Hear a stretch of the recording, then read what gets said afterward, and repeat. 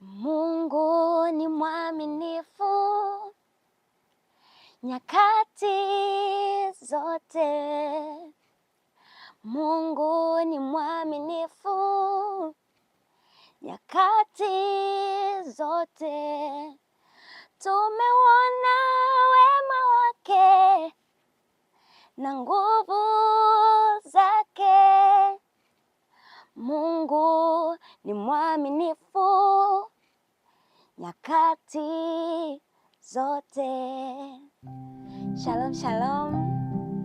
Mungu ni mwema na ni mwaminifu katika maisha yetu. Ndio maana tumefika mwezi huu wa 12 wa 2025. Kwa kuwa tunajua ni mkono wa Mungu umetusaidia kufika mahali hapa. Na mwaka huu ulikuwa ni mwaka wa utembeleo wake. Na Mungu amejitukuza kwenye maisha yetu kwa uwezo wake na nguvu. Hatujui ambayo Mungu ametukusudia katika mwaka 2026. Lakini tunajua kama alivyokuwa mwaminifu katika mwaka huu wa 2025, tutauona pia mkono wake katika mwaka 2026.